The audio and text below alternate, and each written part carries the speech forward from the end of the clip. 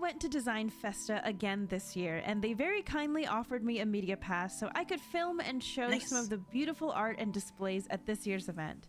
If you aren't familiar with Design Festa, it's one of the biggest artist alley events in Japan, and I actually made a video about it a year ago, going into detail about my first time and first impressions. So if this is your first time hearing about it, I highly recommend checking that video out.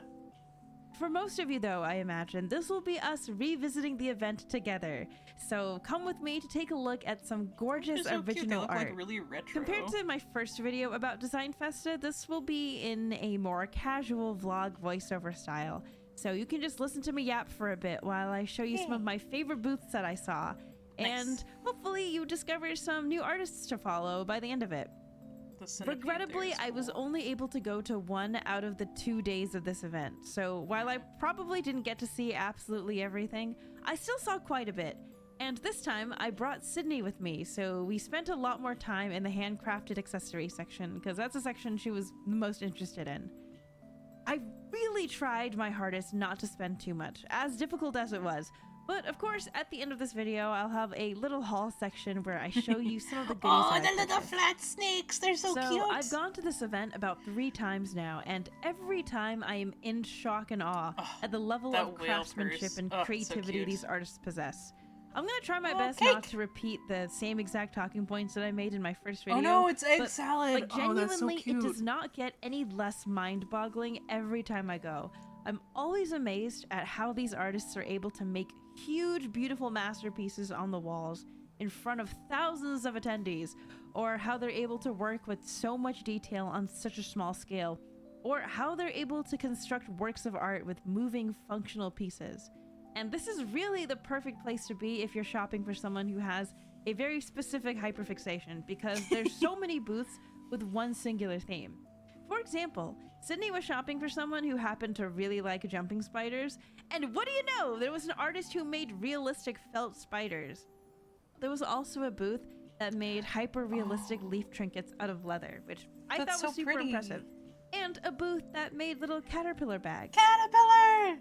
As I've said before, there is something for literally everyone, and even if you're not really looking to spend money or shop around, there's so much to see and experience. There was even one booth of musicians who weren't selling physical art, but they were using the booth space to perform and promote their music. That's cool. I like that.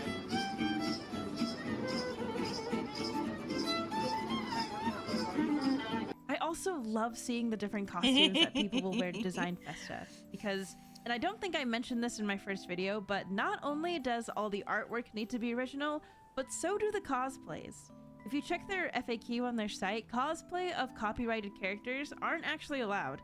So it's always really cool to see what sort of creative designs people will show up wearing. What? The That's energy so cool. at Design Festa is really infectious and inspiring, and Didas and I have actually entertained the thought of one day having a booth here, just to have that artist alley experience. I think that would be cool. If we ever do go through with that plan, you guys will be the first to know.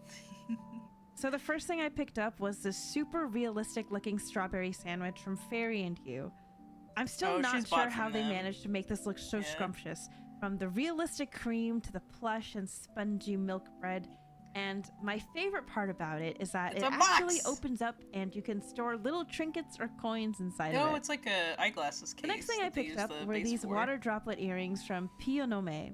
This booth also sold wine-themed drip earrings that I showed earlier that were really cute, but I really liked how subtle and simple these water ones were. And I also bought this blush ribbon headband from Ange.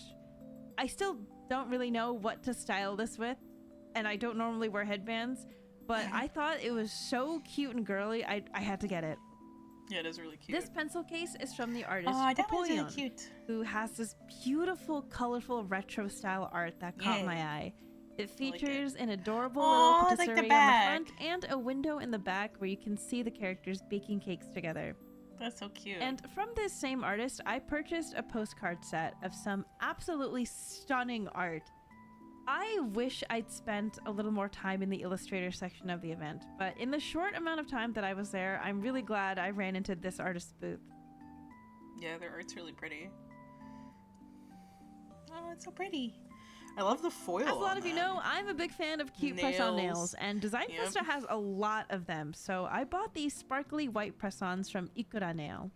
My phone camera is unfortunately not doing them justice, but I love the little subtle, shiny splashes of color on each nail. And I also bought this those are really cute. girly pink and purple set from Miporin Nail. I just love the shininess and little deco pieces. And lastly, I picked up this realistic onigiri hair clip to give to a friend. I like As that always, if you're a big fan of art or handmade goods or just collecting trinkets in general, that I looks so highly cool. recommend checking this event out when you go to Japan. It happens twice a year, once in the summer and once in the winter. Although personally speaking, I prefer the winter one just because the weather is a bit more bearable then.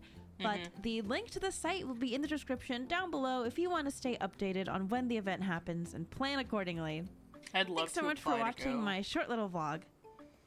I know Neko has talked about possibly helping if I did something like that, so I don't know, maybe one day.